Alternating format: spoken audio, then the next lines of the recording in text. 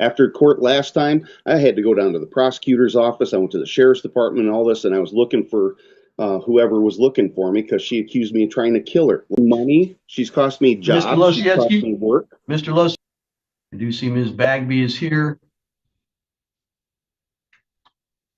Mr. Brzezinski, can you update me as to this matter, please? Yes, Judge. This hearing was adjourned from December 12th. Plaintiff was ordered to pay $392 before this hearing, or else she would be committed to the Otsego County Jail for 7 days. And then the order additionally identified that the show cause hearings would be adjourned for 6 months to monitor that payments are made, and if not, she'd be committed to jail for 7 days. The last payment made was on December 11th in the amount of $97.50. As of this morning, I did not see that any payments had posted or that they were pending since the last payment or since the last hearing. And the current balance is $19,916.56. Ms. Bagby, what do you have to say for yourself? Connor, I was not able to get a job up in Mackinac. The weather has not been cooperating, so they're not hiring. I did inquire about a cleaning job on Tuesday that I wanted to work at for a long time. I got hired on the spot and started yesterday. I was cleaning for one man solo. He ended up in the hospital, an old man. I couldn't make any payment this month because I didn't do any cleaning this month. My one client was in the hospital. Now I'm actually working for someone who's offering me full-time employment at $20 an hour. I will be able to make all my support payments from here on out, and I get paid in 2 weeks. I worked yesterday, was my first day. I work again today. As soon as we're done here, I go and clean Judge Gauthier's house. And then I clean Bishop Automotive after that. Next week, I'm cleaning the mayor of Petoskey's house. I got a very good job right now, Your Honor. And I just asked for 2 weeks. I can make a full payment in 2 weeks. 2 weeks after that, I can make another full payment. I finally have money coming in now. And I know that you said 7 days if I could not make any payment, and I could not make any payment. And I'm not trying to challenge you. I'm just asking if that's the case and you still feel necessary to sentence that. Please give me time served, as I did serve 4 weeks, I believe, from March to April. And you yourself said, well, this isn't punishment. So I feel like I kind of have some time banked up, because I'm so sorry to disappoint. I'm so sorry I don't have the money this month, but in 2 weeks, I will be able to make a payment of $388. I'm not challenging the new support that was just ordered. I'm not challenging that. I'm totally fine with that because I have a very good paying job now, and I'm going to be working full time. What stopped you from going to McDonald's and getting a job prior to this? I am terrified of David or anyone that he knows walking in and terrorizing me at work. It's been happening since I was 13 years old. I'm so apprehensive about just going and working anywhere in the public at a stationary building where anyone can just come in and give me a hard time. I have lost so many jobs because of him that I'm terrified to work where he can get to me. Not because he might kill me, but because he just sends in so many people and so much BS. Oh, excuse my language. So many problems that I don't want to, I can't put up with it. I dissociate, I black out, and I have dissociative identity disorder. Then we have Shaddix and AJ and Mother coming out, and I'm all confused and discombobulated for a couple years. It's not fun, and I'm so sorry. To tell you the truth, David causes this. My documented medical condition that you said you couldn't understand how my arrears are so much, Your Honor, this has been documented since 2013. It was misdiagnosed as epilepsy, but these blackouts and the seizures, the frontal cortex seizures and complicated seizures, I got the wrong diagnosis. However, this is a documented medical issue. Ms. Bagby, slow down. You're talking at double the normal rate of speech. Slow down. Okay.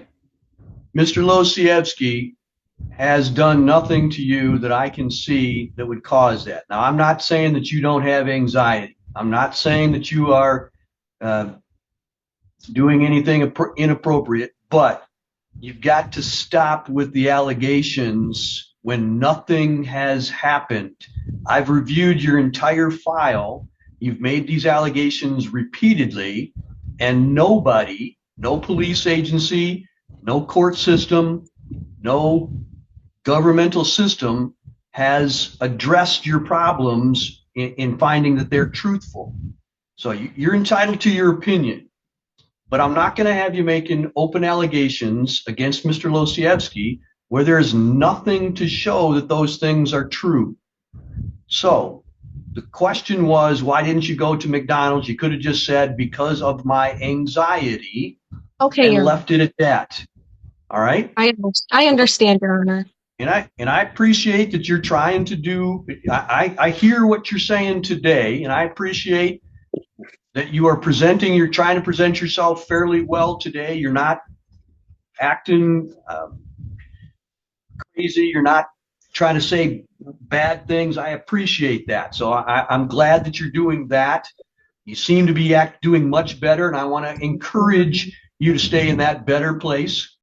All right, guys, this case wastes no time pulling you straight into chaos, starting with a man scrambling to clear his name after being accused of something as extreme as attempted murder.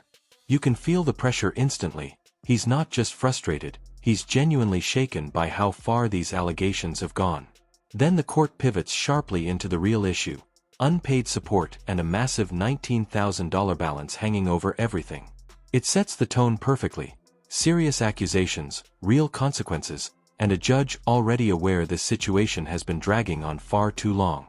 Thank you, Your Honor. So here's what I'm going to do. Because you have presented yourself well today, because you're taking instruction from me today, and because you tell me that you can make a full payment in 2 weeks, I'm going to give you 2 weeks to do that.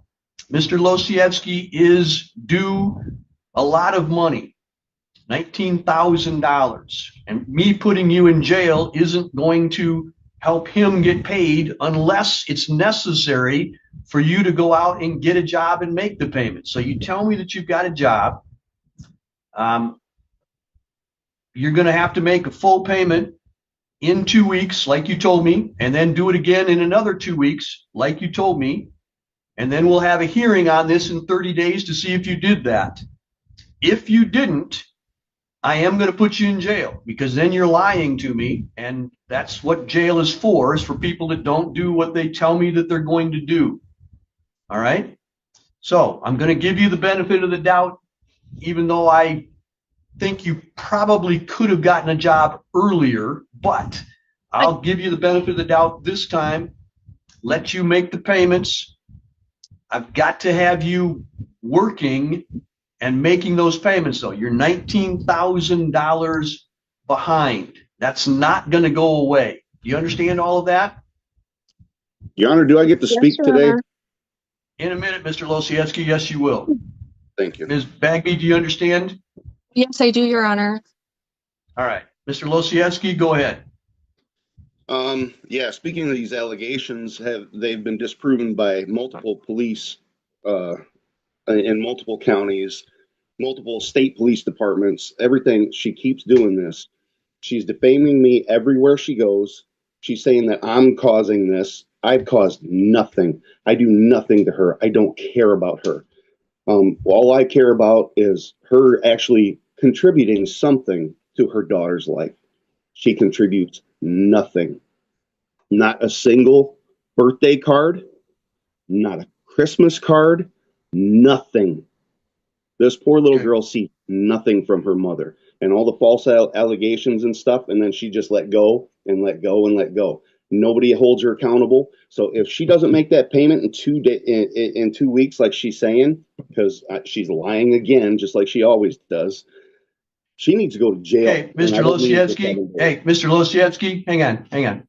I just got done telling her that she can't make allegations against you that are untrue. So I'm going to hold you to that same thing. It doesn't do, and I understand your frustration, but it doesn't do anybody any good for you to come in here and call her a liar, because she's not. Well, she's not. They're backed up by the court documents, Your Honor. Mr. Losiewski, I just said in court that nobody has taken the allegations that she's made against you seriously. Nobody has found any truth to those things. So it doesn't do any good for the two of you, one side or the other, to say bad things about the other one. That's not going to get me money. She's cost me jobs. Mr. Losiewski, she's cost me work. Mr. Losiewski, I understand your frustration on all of those things, but you saying those things today in court, in public, isn't going to make anything any better. You understand what I'm saying to you? I'm not saying that you can't think those things and you can't feel those things. All I'm I saying is understand. it's not going to do any good today. I'm not going to change my decision today just I know because you're you not. get to, just I because just you get wanted to, I just wanted to okay. let you know where I'm coming from because I get run I, over and I don't get to talk. And when I want you to understand where I'm coming from because this is extremely taxing for me. It's it's not only those allegations, ones that you haven't even heard yet, and I have I they come to me from other people in the community. I'm not anywhere near her. I don't go anywhere near her. I had to, after court last time, I had to go down to the prosecutor's office. I went to the sheriff's department and all this, and I was looking for whoever was looking for me because she accused me of trying to kill her last time we were in court. Buckle up, because this is where the tension really starts to build as Miss Bagby tries to explain herself under pressure. She paints a picture of instability, no steady work, missed payments, and then suddenly a new job that promises to fix everything. But just as she starts gaining a bit of ground, the narrative shifts into something much deeper, bringing up fear, past trauma, and even serious mental health claims. It becomes clear this isn't just about money anymore, it's about credibility, control, and whether the court believes any of it. So I went down to make sure that I wasn't being looked for by anybody, and they said she never complained about any of that stuff to us. So it, I'm getting all stressed out and worried that I got police looking for me and things like that because she's making these allegations in this court, and it you understand how taxing it is to me, how this is pounding on me constantly, and I'm doing nothing. I'm sitting here by myself, staying away from her. I don't want anything to do with her. I stay away from her. I don't contact her. I have nothing to do with her. And meanwhile, she just keeps on going and going. She's posting stuff on Facebook, all kinds of stuff like that all the time. And that people are getting a hold of me saying, "Hey, she's saying this stuff about you." I'm getting okay. rape allegations and all this stuff on Facebook in the public eye. I've done nothing wrong. I don't deserve this. All right. Thank you, Mr. Losiewski. I know that that is exactly what you feel, and I appreciate all of that. This is my first year as a judge, end of my first year, beginning of my second year as a judge here in Otsego County. But I was a judge for 2.5 years previously. I was been a prosecutor for 20 years. I've been a defense attorney for 15 years. In addition to that, that means I've done this for a really long time. I wish I could tell you that you are the only person that's ever told me all of those things. But unfortunately, I've heard that same story 100 and probably closer to 200 times. It doesn't make it less relevant. I understand that. But what I'm telling you is I know where you're coming from. I appreciate what you're going through. And I'm not minimizing those things at all. And sometimes I get what you're feeling. You feel like you need to be able to say those things, but I've heard them and I've heard you. I've also heard her. So I understand both sides. And I've seen people like her before. This is nothing new to me. So neither side is new to me. All right. So let me do my job. Let me get you the money as quickly as I possibly can. And let's try, at least at the very minimum, while we're here in a public forum, to say the least amount about the other side and to get things done in a business-like manner, because that's the only way that this is ever going to work, is if we do things in a business-like manner. So she's at least appears today to be in a good place today. She's indicating that she's doing the right things today. So let's just be happy for today. The payments will come. If they don't come, you and she both know what the consequence is going to be.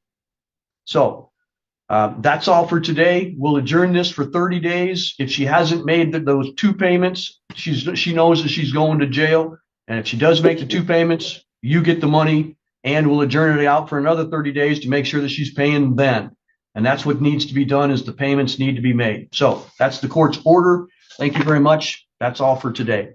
Thank you.